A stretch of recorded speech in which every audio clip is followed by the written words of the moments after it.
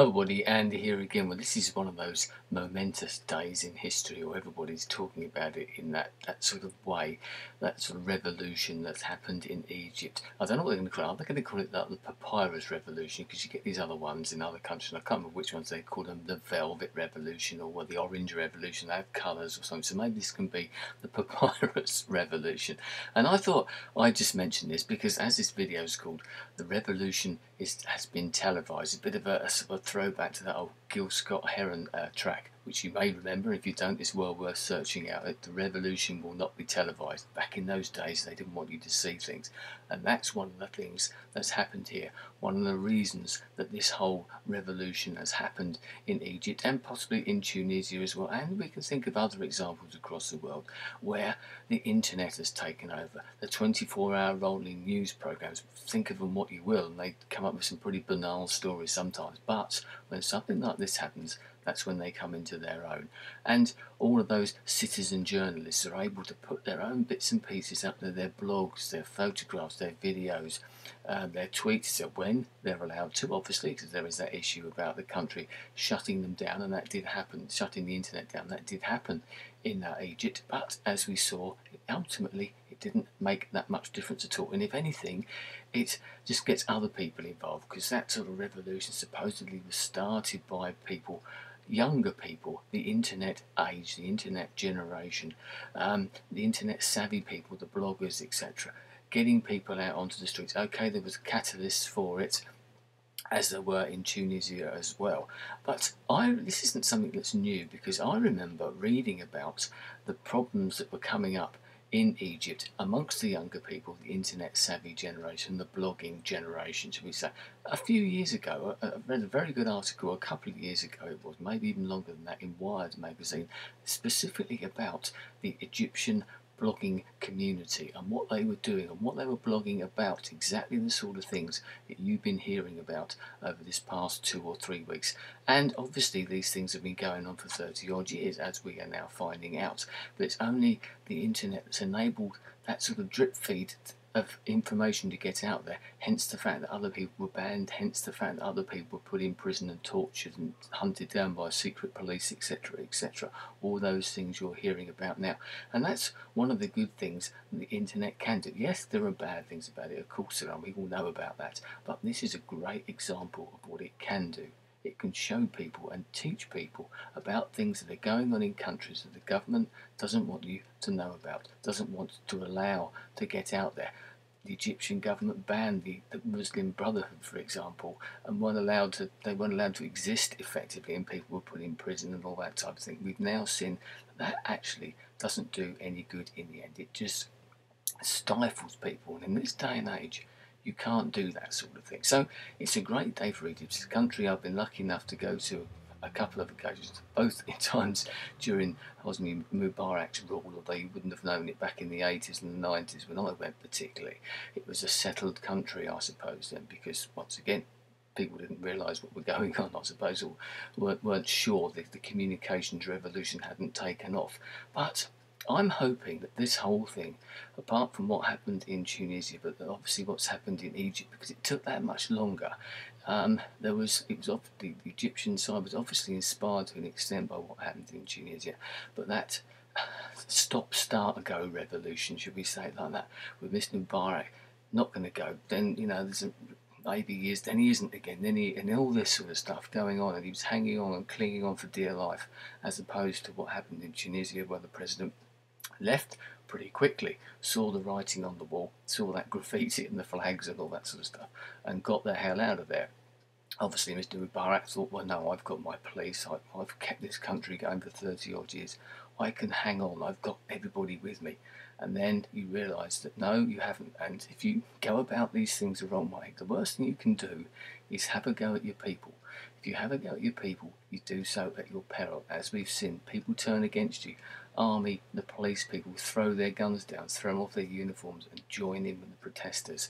And that sort of thing can happen in a lot of other countries as well. And that's what I hope will make people, certainly some governments, sit up and take notice, because one of the main reasons, if not the main reason, why Mr Mubarak has been in power for 30 odd years is because of Western governments. It's because of governments like my government, whichever flavour they've been for the amount of years that Mr Mubarak's been in power, or a similar situation with the American government as well, and probably others as well. The Western governments generally have propped people like Mr Mubarak and plenty of others as well we can think of. They've given them money, they've given them arms, they've kept them there because they think they're little playthings, I suppose. They keep the region safe. Yes, we have wars between Egypt and Israel, but I remember them back in the 60s and 70s, and they've had a peace agreement ever since. Yes, I understand totally that we want to keep that peace in the region, but by stifling change, by propping up corrupt governments, you're not actually doing any good. That is another reason, in my opinion. I'm no sort of big political commentator. This is just my thoughts from what I know. But I'm sure that one of the reasons that this revolution happened here in Egypt as well as in Tunisia, and maybe it will spread elsewhere, is because of that resentment that gets out now that these people are propped up by Western governments. They see that they are corrupt. They see that they, sort of swallowing money, and not that money is then going to Swiss bank accounts or something like that. And we've heard all the figures that Mr Mubarak's got 60 or 70 billion dollars squirreled away in some far off bank accounts, and we heard the same thing from the Tunisian president and his wife as well. The money that they're supposed to put away, that money was meant for the people. If we're going to give, as Western governments, this money to these people, we know they're corrupt. We shouldn't be giving them the money in the first place, but we should at least make sure that it gets to the people that need it. We should make sure that they are democracies, as we sort of hold ourselves up to be as well. And we shouldn't be surprised when the people turn around and want the Western governments to get out. That's what's going to happen in Egypt now. I know that probably the UK government and the US government as well are trying to pull strings in the background, but we've seen, even in the last day or so, exactly what's happened in Egypt has surprised the White House and what's gone on over there. This is a new age. We need to realise that, and we need to make sure that this is allowed to happen, because the people own that country. It's the same. Would we want someone to come over here and start telling us what to do? No, we wouldn't. So why should we expect ourselves to influence other people? We're doing it for our own good. If you look at the situation in Iraq and Iran all those years ago, the reason that we had the Iraq war back in the 2003 or 2004 is because of us. We were the people that gave Saddam Hussein the power that he had. We were the people who gave him all his weapons. We were the people who gave him all his money and his power. We backed him up when he wanted to fight Iran. And then all of a sudden, he turns the nasty guy because we built him up, and he turns against us. And then we have to fight him. And look how much money, look how much blood, look how many lives that has cost us. And is still costing us now. So we're not sort of painting ourselves not to be very good. But I remember the last Labour government said they had an ethical foreign policy. Absolute rubbish. They have an ethical foreign policy when it suits them. I read a very good quote the other day. Western governments love to have and support democracies across the world as long as they vote for the right people. We've seen that in Palestinian territories within Israel or whatever as well, where they have a democracy and then the wrong person, as far as we're concerned, or the wrong party gets in quite legitimately, and we don't like it and we won't support them. We can't have it both ways. If we're going to support democracies, we support democracies everywhere. I'm hoping now that this might actually make a lot of governments. I'm not going to admit to it. You won't see David Cameron or Mr Obama or anyone else stand up and say, "Oh, we're worried about this. This is a bit dodgy. We're going to have to step back and rethink the way we do things." They're not going to say that because they won't admit that they've really been doing it in the past. They're not going to admit that they supported Mr Mubarak for 30 odd years and kept him in power. And as I said, the reason the revolution has happened is partly because of our influence, and it's a fight back against the corruption and the power that we gave that particular man and encouraged, and we knew about it.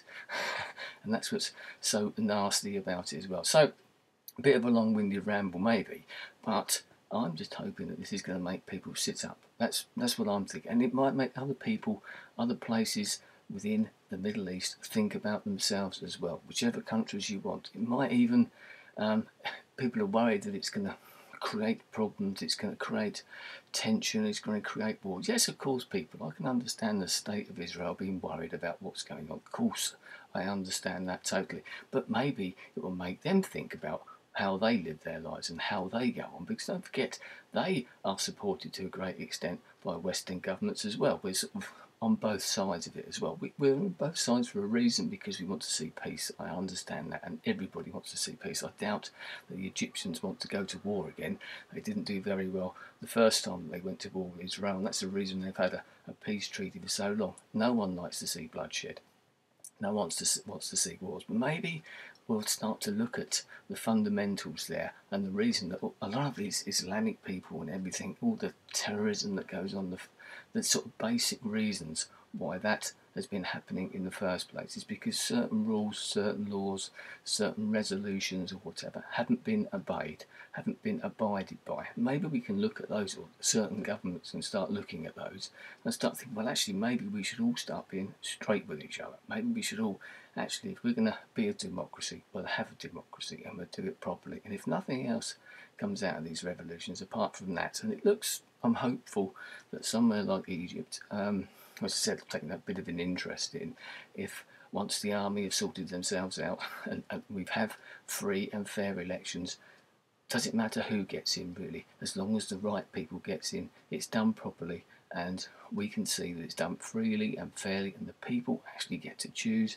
who they want to rule them. And if we don't interfere, we might actually get the result that we would like to see in the first place, and that's the problem. As soon as we start meddling with things, I know what it's like. The people now, especially, will rebel and think, no, I'm not putting up with that.